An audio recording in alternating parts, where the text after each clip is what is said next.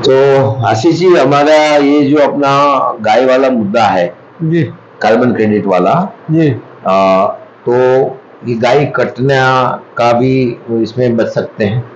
और गोबर का जो आपने बताया कि उसका कुछ ब्रिक्स या ब्रिकेट होता है, ब्रिकेट्स, वो जो है कोयला वगैरह, कोयला रिप्लेसमेंट वगैरह है। रिप्लेसमेंट क्या बन सकता है करके उसमें। मगर वो कोयला, कोई आपके पास में ऐसी टेक्नोलॉजी है कि जिसमें हमारा जो कोयला बने वो स्मोकलेस कोयला बने? How can possible?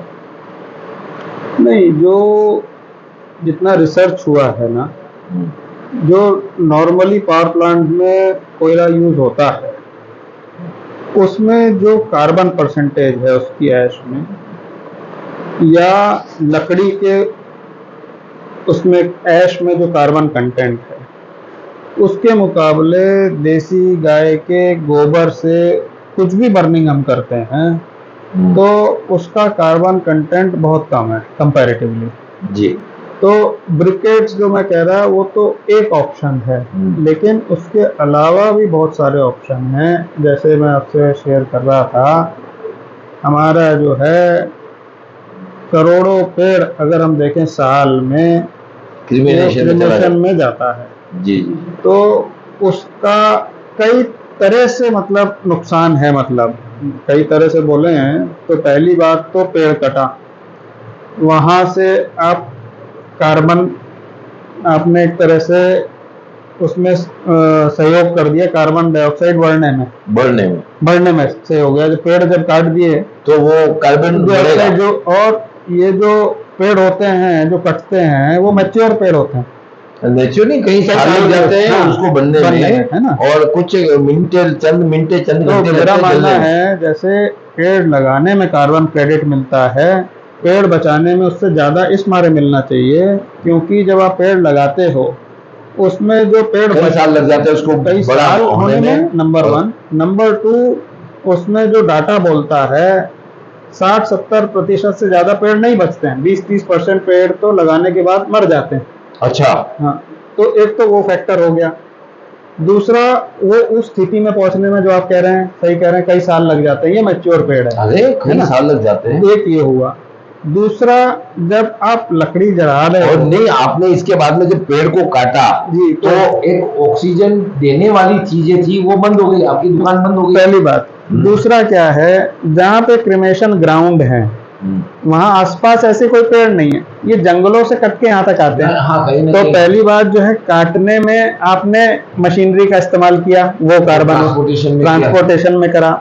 ये जो मैं गोकास्ट कह रहा हूँ, ये गांव बहुत पास के अंदर में मैया साहब है, जी जी, इन्होंने ये बहुत बड़ा एग्जांपल दिया है, और उन्होंने एक बकायदा वहाँ पे एक ऐसा लेटर निकाला है कि इस शमशान घाट के अंदर में गोबर कास्ट के अलावा कोई लकड़ा जलेगा नहीं। अगर आपको करवाना है, वो गैस टरबाइन में डालना है तो गैस में डालो, इलेक्ट्रिक में डालो, मगर आप इसमें बिल्कुल अगर जलाना है तो गोबर कास्ट के बिना नहीं जलेगा। बिल्कुल। तो वो जो है कुछ किया जा सकता है, वो है वो बचा नहीं। दूसरा मैं कह रहा था, जब आप लकड़ी जलाते हैं तो हवा में जो फ्यूम्स हुई वो भी कार्बन एक्स्ट्रा आया, नंबर वन। नंबर टू, वो जब ऐश आपने रिवर में डाली उसमें भी ज्यादा कार्बन है।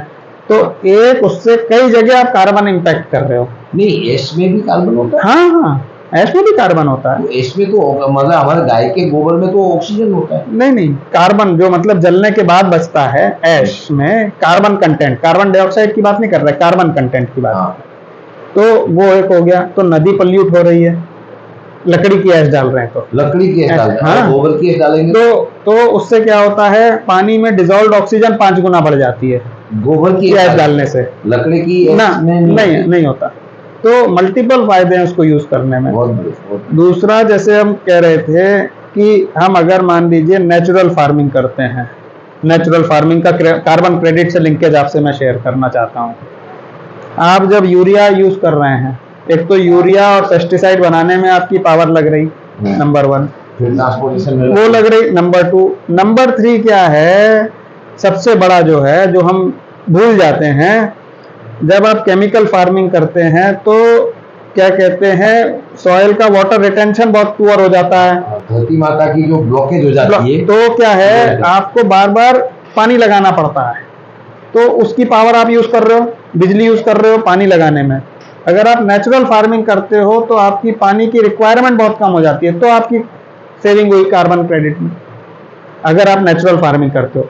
और नेचुरल फार्मिंग होगी देसी गाय से, तो देसी गाय आपको कई जगह इंपैक्ट करेगी कार्बन क्रेडिट में। ये तो छोटे छोटे से मतलब नमूने हैं, लेकिन अगर इसको हम बहुत डीप स्टडी करेंगे तो हर एक चीज उसकी आपको कार्बन क्रेडिट में हेल्प करेगी, जैसा मेरा मानना है। इसको और थोड़ा सा विस्तार से चर्चा इसको डिफाइन करना पड़ेगा, और उसमें और भी क्या क्या सवाल हो सकते क्या सवाल हो सकते हैं। अब ये है कि गौ माता के लिए और अपने गौशाला के लिए कार्बन बिल्कुल आप बायोगैस बना लीजिए तो हो गई, अभी जो है बैलों से बिजली बनाई जा रही वो हो गई।